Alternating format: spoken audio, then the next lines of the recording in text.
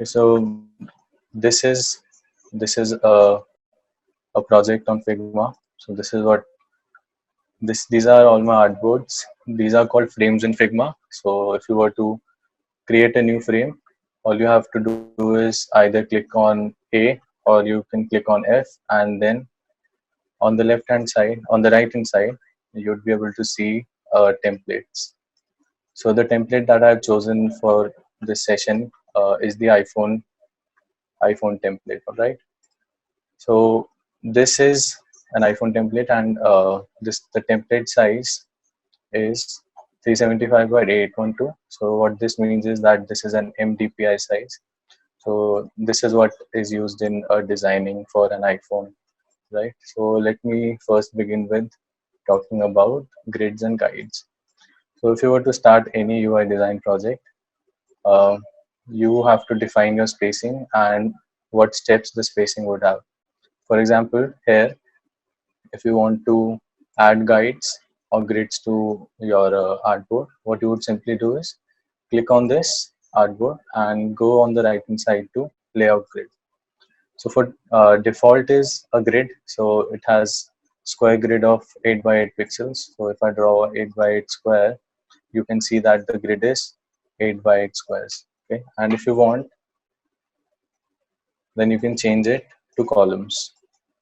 So what this does is, for example, I want 4 columns and I want margins of 24 from each side, and I want a gutter. The gutter is the spacing between the individual columns. So if I want the gutter to be 8 pixels, so this is how it would work. And before starting out any project, you must specify what sizes your spacing must increase in, or what multiple your sizing must increase in. So for example, I have chosen a multiple of 8. So this is 8 pixels wide, and all of my other sizes and my margins would be in the multiples of 8. Okay, so this is how you define grids, and there are some other properties to it as well. For example, I've chosen a stretch property. You can also choose it where from where it begins. So in this case, you'll have to specify the width of this grid, which in my opinion is not a very great approach. You'll have to calculate the width of this grid every time you uh, kind of create a new artboard. And in terms of design, what how grids help you is, let me just change it to stretch. And if you were to design any component or any shape, you can what you can simply do is you can align them in grids as such. And if you were to have tiles, so I'm duplicating this, and my tiles would look something like this. So I have set up a grid system here. um, Hello. Yeah, can you please turn off your audio, Vijay? Okay, thank you so much. So this is how grids work. So you can arrange your elements in within these grids, and you can create an organized or a similar design all throughout your screens. So this is how grids work in Figma. You can also have um, rows instead of grids. So if you were to design a row system, or you were to align your elements in rows, you can have a row system of grids as well, and you can arrange them inside here like this. So this is how grids work in Figma. And before starting out any project, you must specify what multiples of the what number multiple you want to define your margins, your sizes to be, so that it is easier for you to create grids and also other sizes such as icons. So next topic for today would be iconography. So iconography is very essential in any UI design system.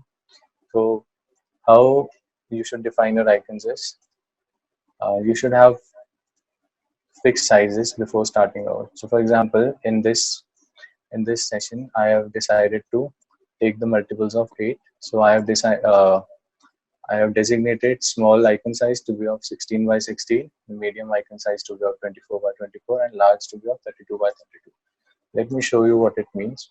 So when I talk about the icon size, it doesn't mean that the size of the icon is this much. It means that the box that it is in is of this size. So whenever an icon is bigger than this size, you can contain it in a box. For example, Figma has a feature of plugins, and I have installed this plugin by the name Material Design Icons, and this is the community version of this plugin. So there is a site by the name materialdesignicons.com where you can find more than 4 or 5 thousand icons. So I've installed this plugin, and let me just click on it, and I will have a list of icons here. I can search for whatever icon I want. For example, let me search for a truck. So I have a lot of truck icons here. So when I click on it, it comes onto my artboard, and if you can see that the bounding box of this icon is 24 by 24 pixels and not the icon exactly. So the size of the icon is 22 by 16 pixels. So if you were to define icons, make sure that they are contained in a bounding box, and the icons of similar sizes have similar size bounding box. Okay. Yeah, someone else has joined.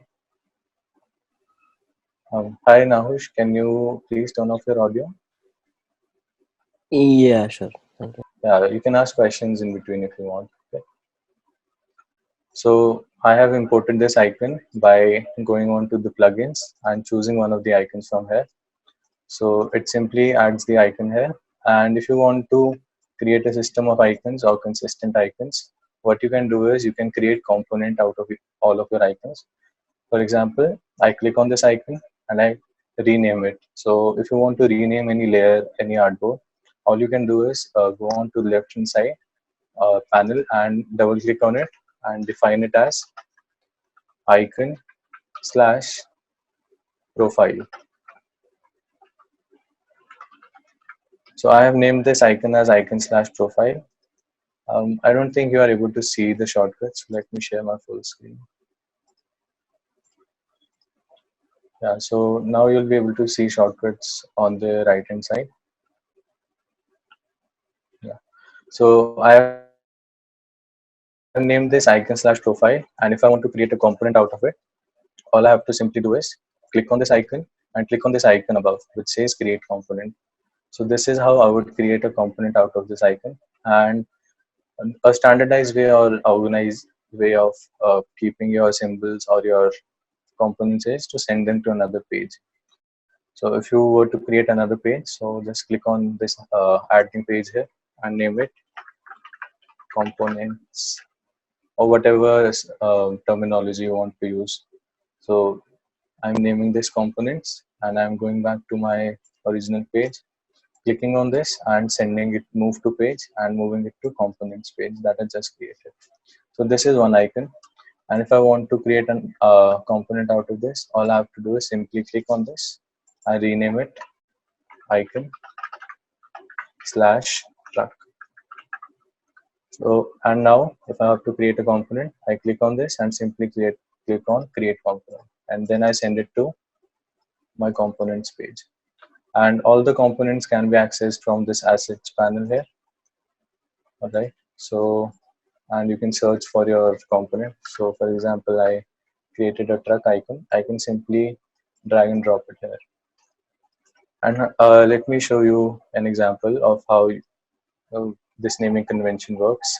So if you saw that I named my icon as icon slash truck.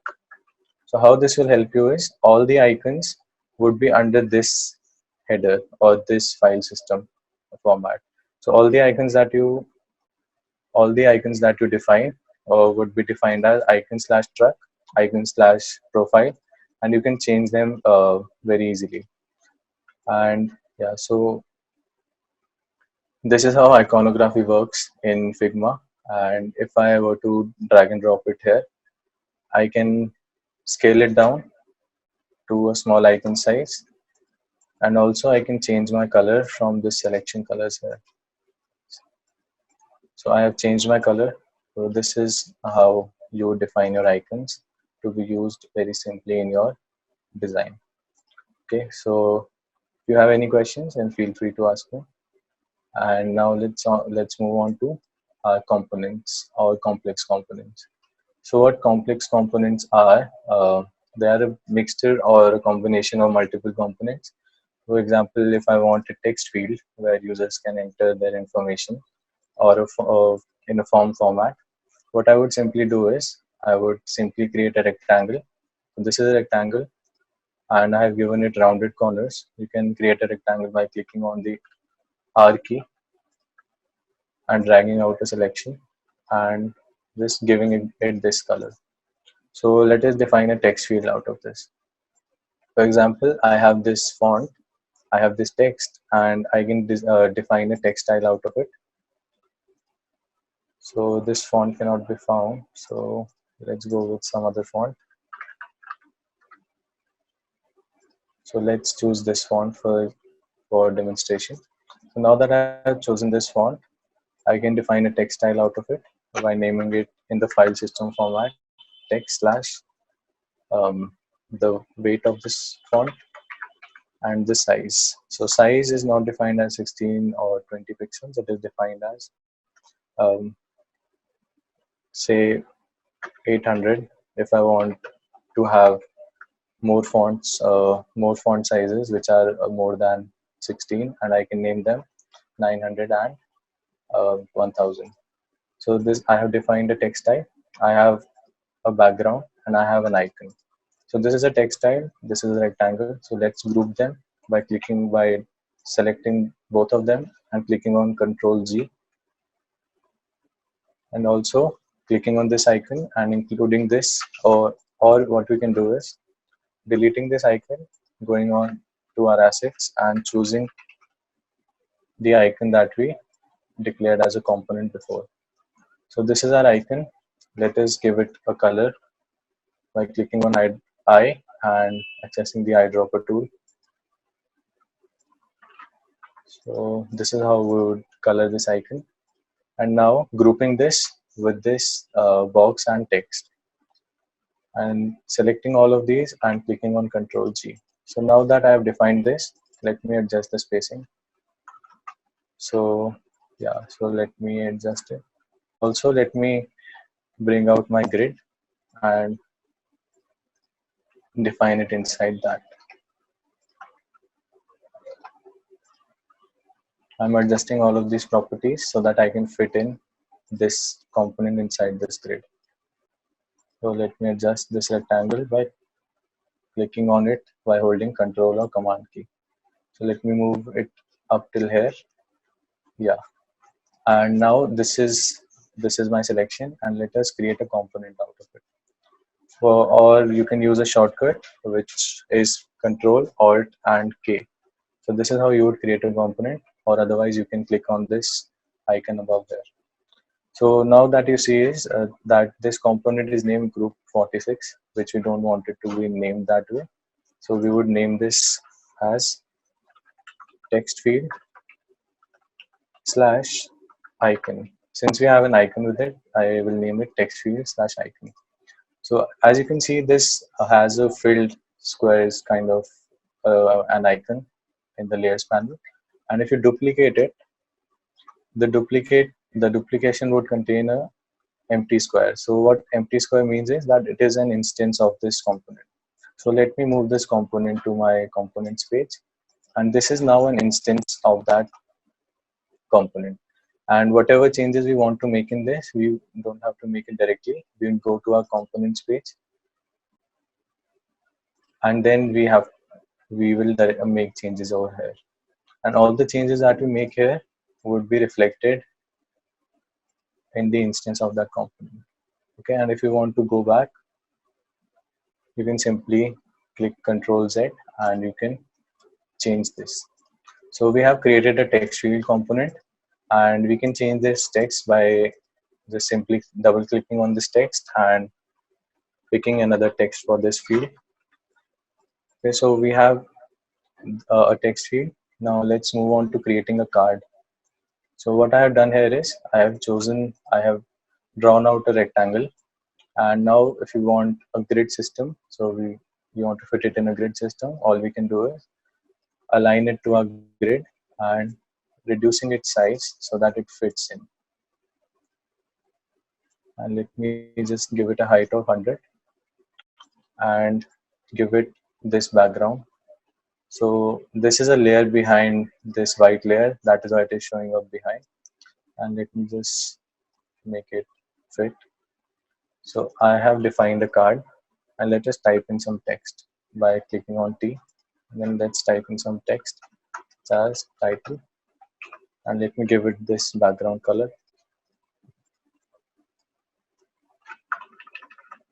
Now I have spaced it evenly, and now I can duplicate this, reduce its size by clicking on Control Shift and the left bracket key. And now what we can do is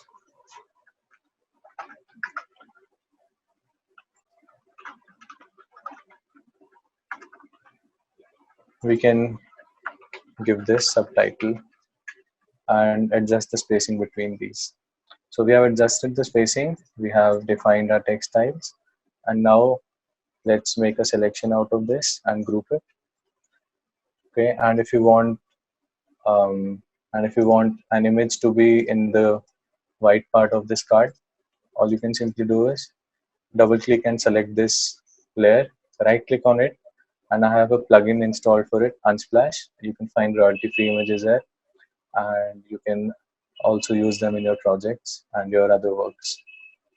So all I have to do is click on Unsplash and search for an image that I want. So for example, I want image of an animal. So it would show me recommendations, and I simply click on it and it inserts this image here.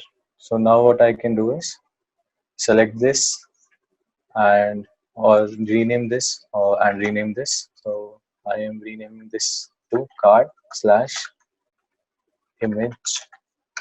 Okay, so this is how I have named it, and let's create a component out of it by the shortcut Control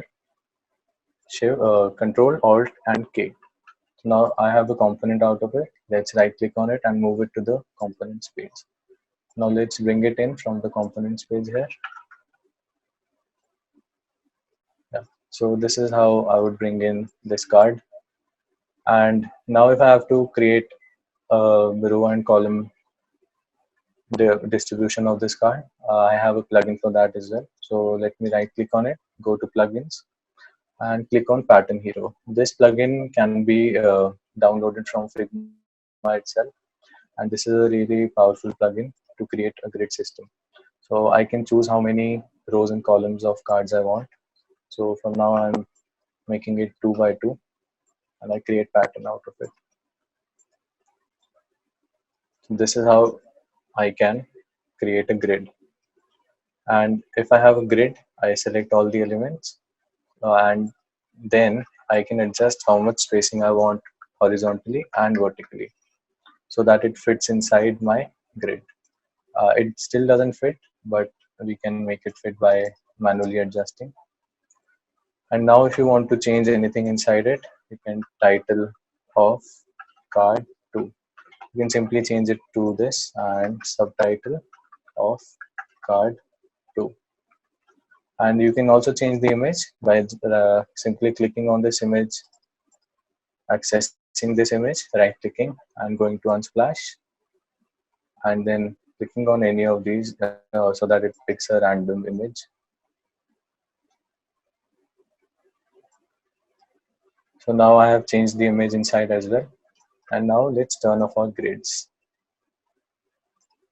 So this is how you would go about defining components and designing a screen in Figma. So for example, this already looks like a screen to me. And if you want another text field, you can simply duplicate it And now if you double click on this icon and you go on to the right hand side, and under instance you see profile. So and if you can see here, Figma shows you similar names of similar type of components. For example, I have chosen the icon, so everything that I have named as icon slash something, it would show up here. Or I can go simply to this components, and I can access all my icons here. And let us choose the truck. So this is in black color. I can double click on it and simply change its color by picking up a color from my. And now if I have to change it, I can change it to address or shipping address, however you want it to be. So this already looks like a page or a screen to me. Now let's move on to our component states. So if you have any questions regarding this, feel free to ask me. Okay, yeah. So let's move on to our component states. So component states work where you have to show multiple states or um, multiple phases of a component. For example, you have buttons in multiple states, such as a disabled state, an active state, or an error state. So what we can do in that case is we can simply uh, write this text button and draw this rectangle behind it and make a selection out of it and group it by clicking on Control and G. Now what we can do is we can simply rename it from left hand side. We can name it button slash primary slash active. So what it would do is it would define this button and let us create a component by clicking on Control Alt and K. Okay, so now I have created a component out of it, and let us send it to the components page, and let's access it back. Yeah, drag and drop it here.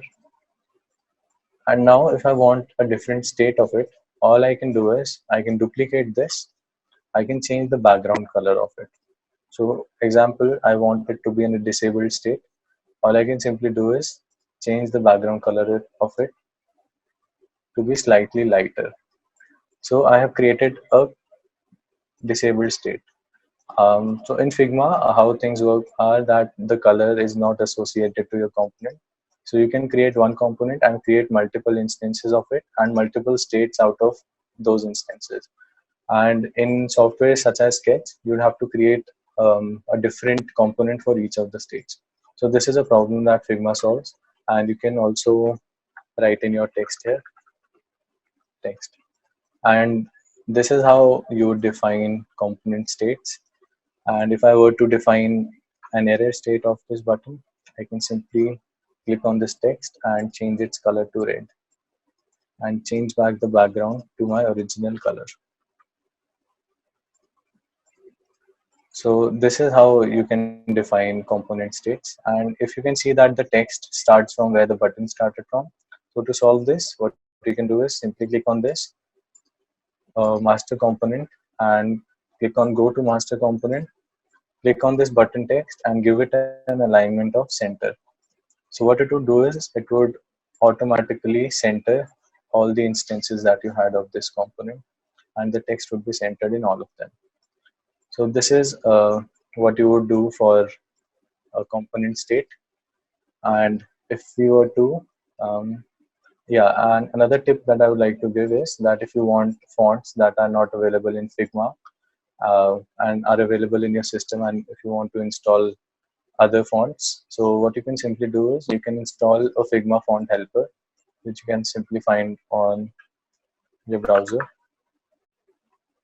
Figma, just a second. You can type in Figma font helper. So you can install this helper on your system, and it would sync up all the fonts that you have locally. So this is a quick tip to import all your fonts into Figma. And if you want to look for any specific fonts and you want to look for any specific font combination, you can go on to Google Fonts So here you would find all the fonts that are available in Figma, and you can mix and match fonts to see what works best for you. And if you want to see what font pairings works best, so you can go on to fontpair.co. So this would show you pairings of Google fonts, and you can choose what kind of pairings you want. And all these fonts are available in Figma for free, so you can access them from this panel. Okay. Yeah. Now moving on to our plugins. Here are some plugins that I would like to recommend to you. So first one was Pattern Hero, which we already used to create a 2x2 grid here. The second would be Google Sheet Sync. So what this does is it syncs your data to Google Sheets. So if I have to show you an example, what I would do is I would take these three buttons as example, and let's go on to this master component. And we have this button text layer on the left hand side, and we have it named as button. So let me change to kind of sync it with Google Sheets. All I have to do is change this layer name to hashtag and give it a name. So for example, I'm giving it hashtag button. And now let's go on to Google Sheets.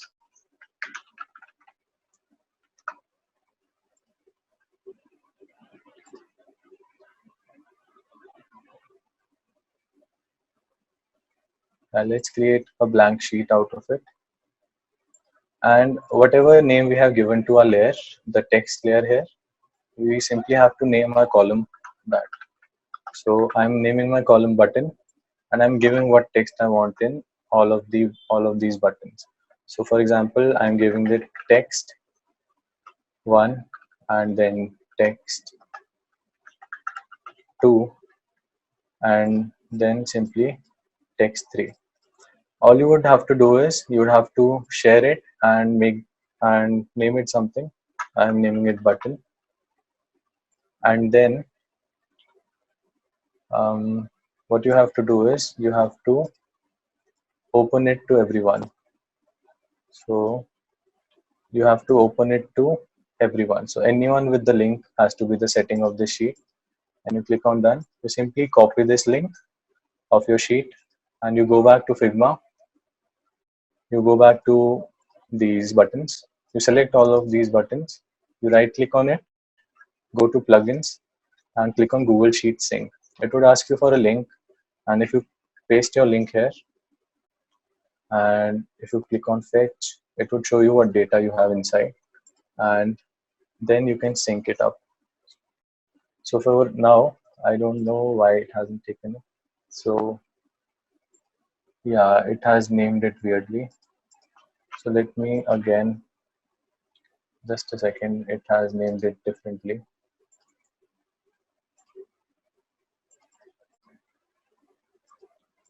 So I have this named as hashtag button.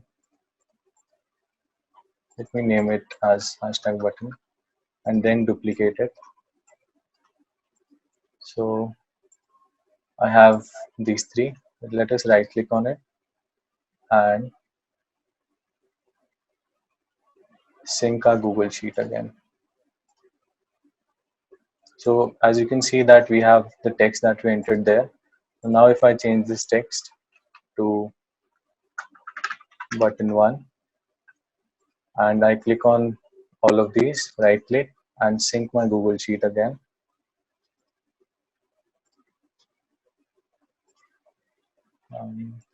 I don't, yeah, just a second. Yeah. So now if I do it,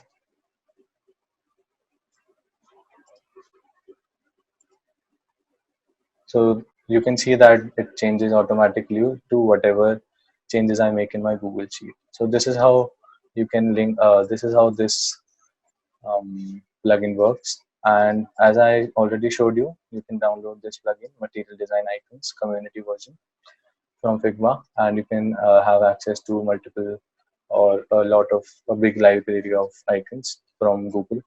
And another plugin that I also showed you is Unsplash, where you can access full royalty-free images. And Stark is another plugin that you can use to check contrast between the colors that you are using. So let me just show you an example. For example, let us take the colors of this document. So it has a background of this color, and let me duplicate this rectangle, make it smaller, and pick this brown color. And if I select both of these, I right click on it, and I don't have the plugin installed, so let me then install it. So let us go on to plugins, browse my plugins, and then install Stark plugin. Just a second. So this is my Stark plugin. I simply install it, go back to my project, and check the contrast ratio of these colors. So it shows me that I can use it in my design, and it passes these AA and AAA standards. So yeah, I can use it in my project. And another plugin, another useful plugin that you can use is Simple Bullets. Since Figma doesn't have any bulleting feature for text, you can install this plugin. And what you have to simply do is click on a text layer and put your text in different lines, and then simply right click on it, go to plugins, and I don't think I have that plugin installed, so let me install that plugin as well.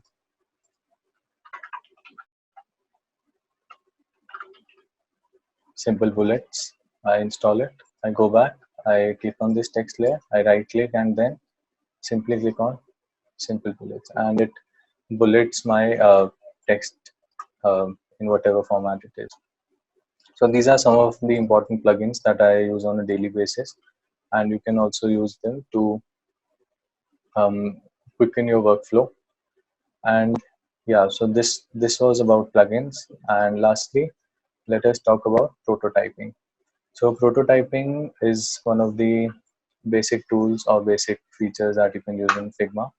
And what a prototyping includes is a source from where the click has to be done, and the target from where the click takes you. So let me show you. So let us click on this source and then go on to right hand panel and click on prototype. So as soon as you click on prototype, you can see that it shows you an anchor or a circular point on the right hand side. What you have to simply do is this acts as your source, and if you want to click on this and go to another page, simply click on this and drag it out to any page that you want it to go to. So I have done this, and if it leads me to this page, and if I want to go back to that page, I can simply click on this and drag out a selection to this page. And if you want to see how it functions, you can simply click on this play button here. This can also be used to present slides if you make slides in Figma. So now that I have this, if I click anywhere outside my source, it would show me that where my source is by blinking. And if I click on source, it would take me to my target. So this is my target. And now if I click anywhere outside to see where my source is, it shows me that tip is my source. So I click on tip, I go back to my original screen again. And you can also choose a frame you want for your prototype. For example, the frame chosen by default is iPhone 10. You can choose your frame from here. Let me just show you. So this is, if you click anywhere outside, you can see that it has chosen iPhone 11. I can also view it in any other iPhone, such as iPhone 8. And when I click on play, it would show me inside a frame of iPhone 8 and show me how it would look like inside that size phone. So I click on source and then I click on play. So this is how prototyping would work with Figma. And yeah, so these were all the topics that I had to cover today. If you have any questions, then feel free to ask me. And if not, then I have an assignment that you people can do. So this is an assignment that I have for this session, and if you want that, then you can do any of these things and then mail me or ping me on my social media. So first of all, what you can do is make five components, any five components such as buttons or text fields, and then create two screens out of those components. What you can do is take inspiration from multiple multiple sites or multiple applications and create components and then create a screen, and then you can simply create a simple prototype between them.